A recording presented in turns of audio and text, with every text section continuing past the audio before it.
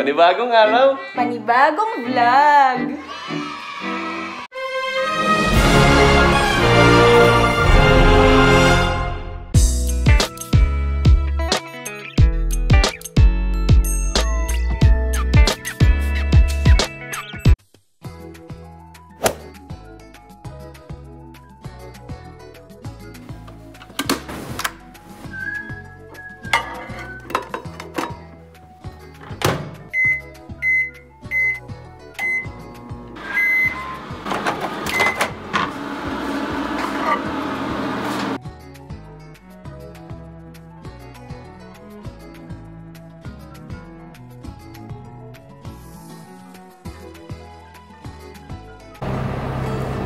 Hello guys! Welcome back sa aming channel. Panibagong araw!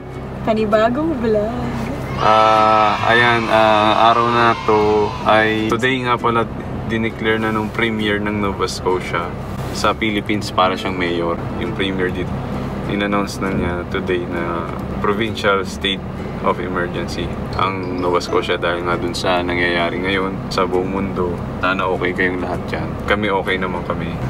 Sa in-announce nila state of emergency, social distancing, tapos huwag kaming lalabas yung mga unnecessary trips outside ng bahay or outside ng province, tapos mag-self-isolate. Actually 5 days na po kami na nasa apartment. Sa bahay lang. Hindi kami nalabas kasi work from home kami. Yung office namin sarado, tapos yung ibang establishment dito sarado din, kaya wala ka talagang mapupuntahan.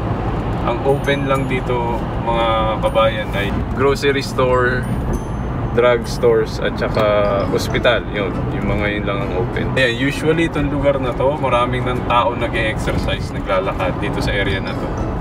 Ayan o. Ngayon wala. Wala akong masyadong tayo. Magkano na ang gas? Mura na ang gas. Oh, grabe, lalong bumaba ang gas. Oo nga, 71 na lang. Tagas tayo. Hindi 71, 71 cents. Ay, 71 cents pa. 71 cents per liter. Sobrang mura. Yung tao, Dan. Wala nang tao. Hindi na ulit tayo nakalabas. Kaya po kami ngayon lumabas kasi bibili kami ng pagkain. Yung pagkain namin talaga dapat good siya for 15 days kasi every 2 weeks minsan namimili kami, every 1 month. Na ngayon, since nasa loob lang kami ng bahay, talagang kain kami ng kain. Nako-consume agad namin yung pagkain namin. Isang buwan. Kaya kailangan na uli namin bumili.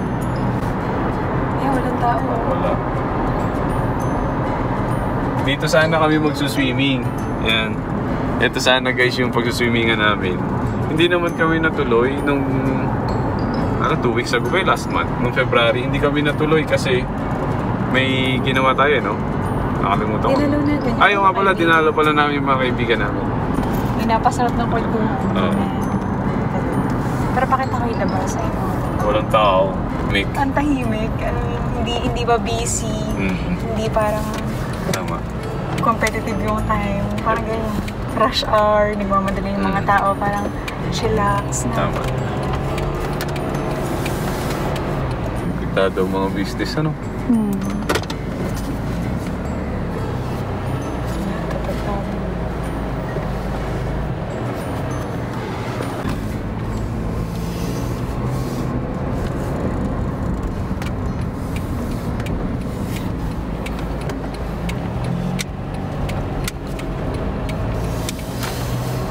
Ito guys, usually itong street na to, traffic to hanggang dun sa pangatlong kanto. Kasi paluwas ito ito yung mga paluwas outside ng Nova Scotia. Ito naman papunta ng ibang part ng Nova Scotia. Kasi ito naman papunta ng Costco. So talagang traffic dito sa area na to. Pero dahil nga ngayong itong COVID-19, wala talaga. Parang yung pakiramdam ko, alam mo yung nag-long drive tayo. Ganda yung pakiramdam na parang wala masyadong tao. Ganda na sunset.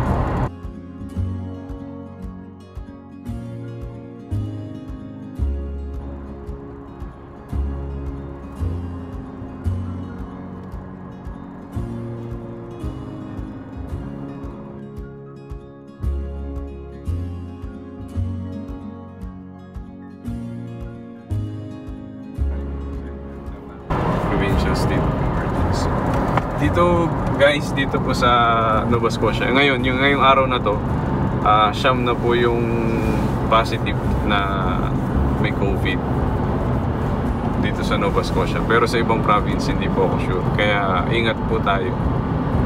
Meron ng isa sa Nunavut, yung isang Northern Territory sa Canada. Ang hiling sana namin na lahat tayo, iiwasan tayo ng sakit. Lahat tayo maging healthy, maging malakas yung mga pangangatawan natin. Nga pala guys, alam ko hindi to related, pero gusto ko na rin i-kwento sa inyo. Bumili kami na dashcam, umorder kami. First time namin umorder sa Amazon. Actually, ilang buwan na nating pinag-isipan niya, hindi kami ba sigurado kung never pa kasi namin na-try ang Amazon kaya medyo pa kami, yung hesitant kami na umorder doon. Gusto namin nung dashcam nga kasi nga medyo ilang beses na rin tayong na dito. Para lang ba added na protection natin just in case, wag naman sana.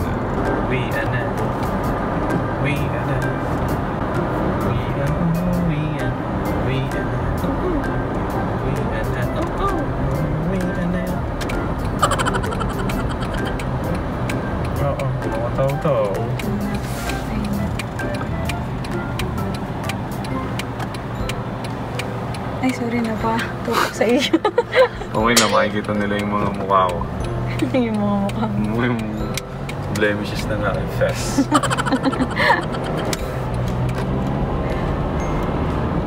Meron na palang fine dito pag hindi ka sumunod. Pag nahuli ka nila, may fine ka na $1,000 per person per day. So kung 30 days kanyang nahuli na tikitan, 30,000 kaya yun na rin yung isa sa mga dahilan kung ba't hindi kami nalabas. Ngayon lang kami lumabas talaga kasi nga ang dahilan namin kailangan lumabas.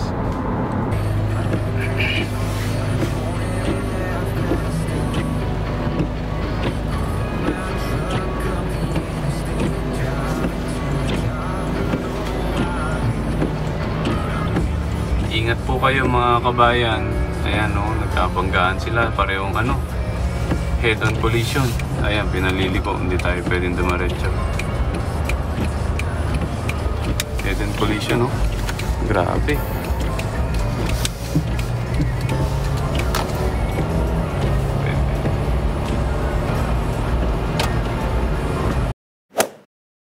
Hello, bumili kami TV. Para sa kwarto.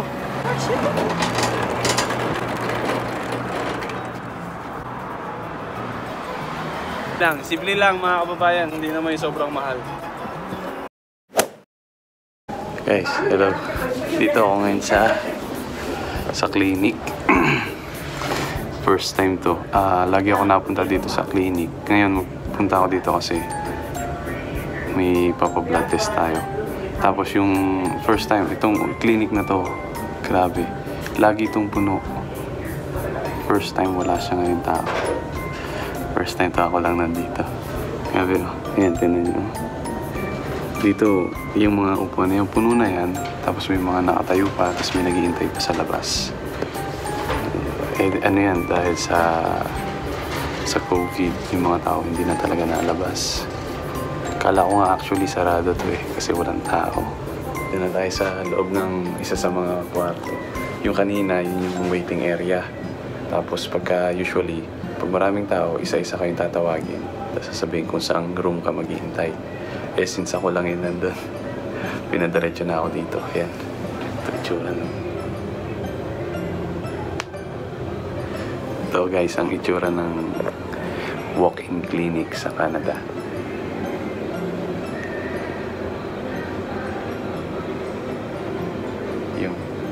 Yung kwarto na yun, din siya, clinic room din. So after niya ako naman.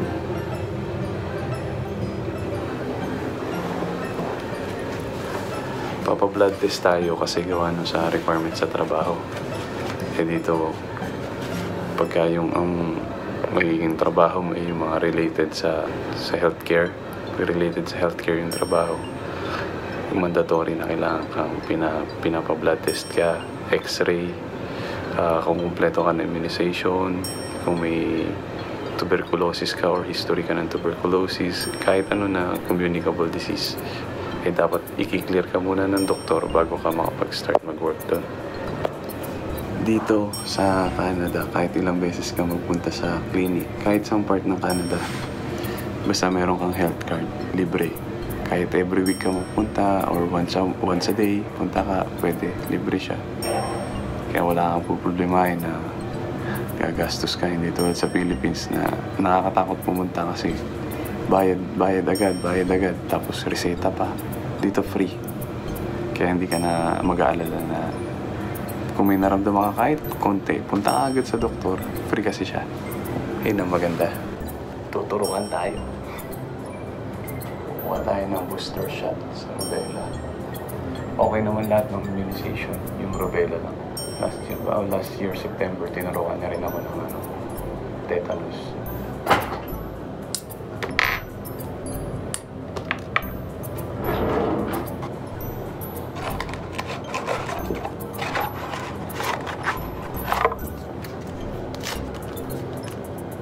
Okay.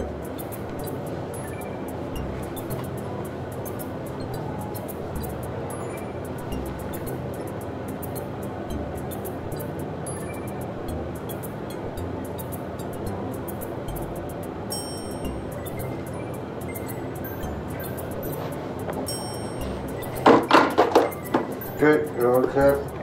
Thank you. Thank you so much, Doc. You're welcome.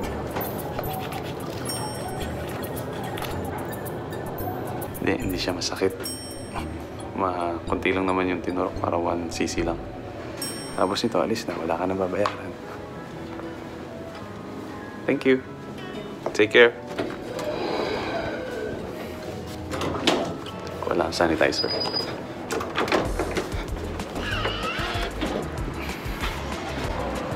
Dito tayo sa kotse.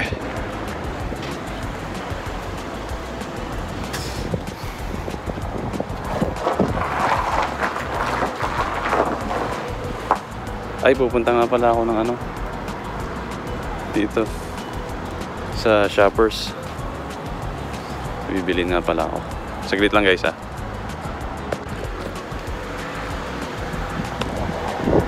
Okay ko na yung kotse natin. Ito, Shoppers na tayo. Ibibilin lang ako. Sana bukas. Parking dito, sarado. Oh, bukas sila. Kahit ako sa inyo.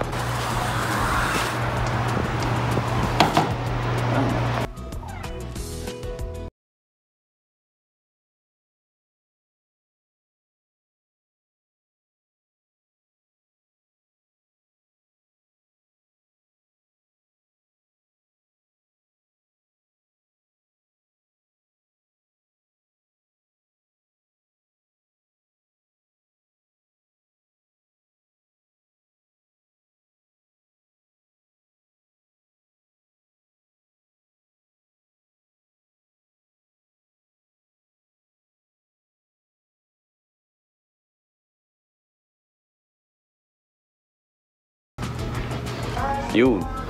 Ito yung lotion na effective para sa akin.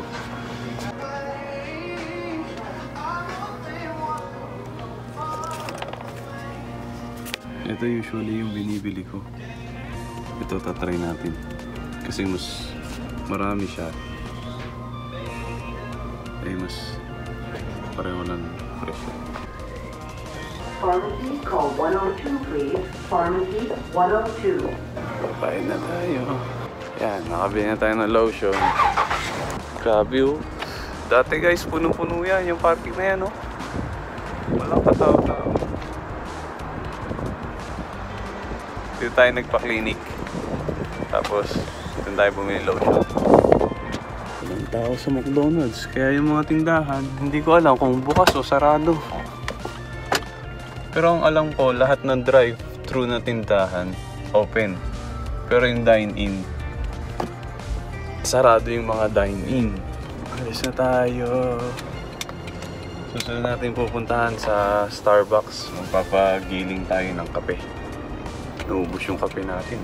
Ayan, yung pila ng mga sasakyan. Mga bibilihan ng kape sa Tim Hortons. Kano gas? 71.6. Pinakamababa na gasolina na na-experience ko dito sa Canada nung nasa Winnipeg ako, nag-60 something ang gasolina. Ngayon, 71. Mababa na to. Kasi sentabo yan. Walang tao. Pakita ko sa inyo yung harap para makita nyo kung gaano kakonti yung tao.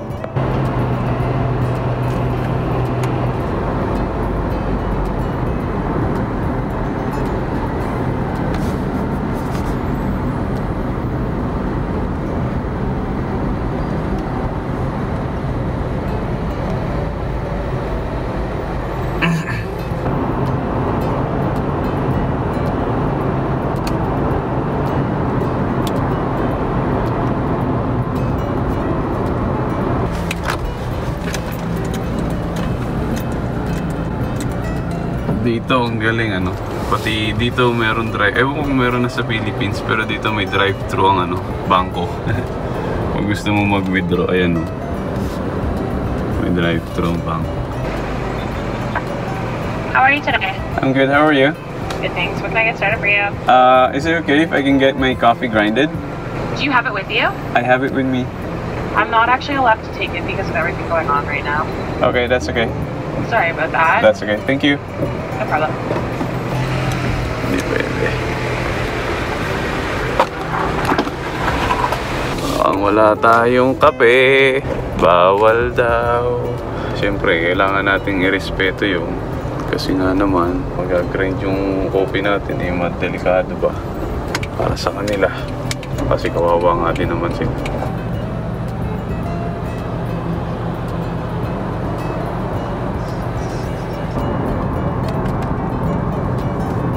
Guys, nandito tayo sa Starbucks. Sa paggiling natin, pwede naman daw gilingin basta sigurado ay Starbucks coffee siya at saka silyado. Nung sa isang tindahan, hindi tayo tinanong kung Starbucks coffee or kung silyado, pero dito at least pumayag sila. Kasi sabi ko Starbucks partner ako, tapos nakalimutan kong i-grind yung coffee, sarado na. Dahil nga doon sa COVID, sabi na, ganun ba? O sige, pwede naman. Naintindihan naman nila. Hi. Hello. Oh, you're doing your coffee, Yeah. sure thing. What do you want it ground for? A Pour drip, over? yeah, drip. All right. Thank you. Yeah. Usually, saglit lang yan, 30 seconds. Pero kung nililinis nila yung baka abutin ng mga 1 to 2 minutes. We are sitting at 1 degree. TV coming up. Jason and team next right now. There you go. Thank you. No worries. Yeah, thanks. 119. Ayos, nakuha na natin ang bango. Ang bango talaga ng kape. Success! Nagawa natin lahat ng kailangan natin gawin. Diyan tayo bumili.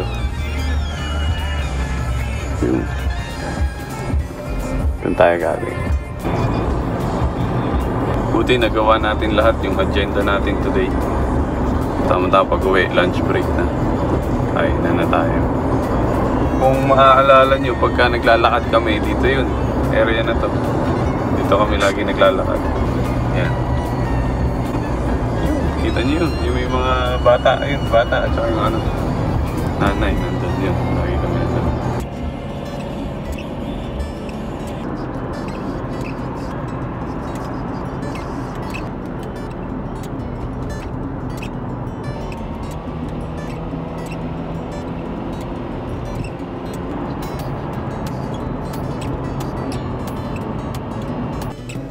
Ayos, dito na tayo sa bahay. Papark lang tayo. Ayos, dito na. Uwi na.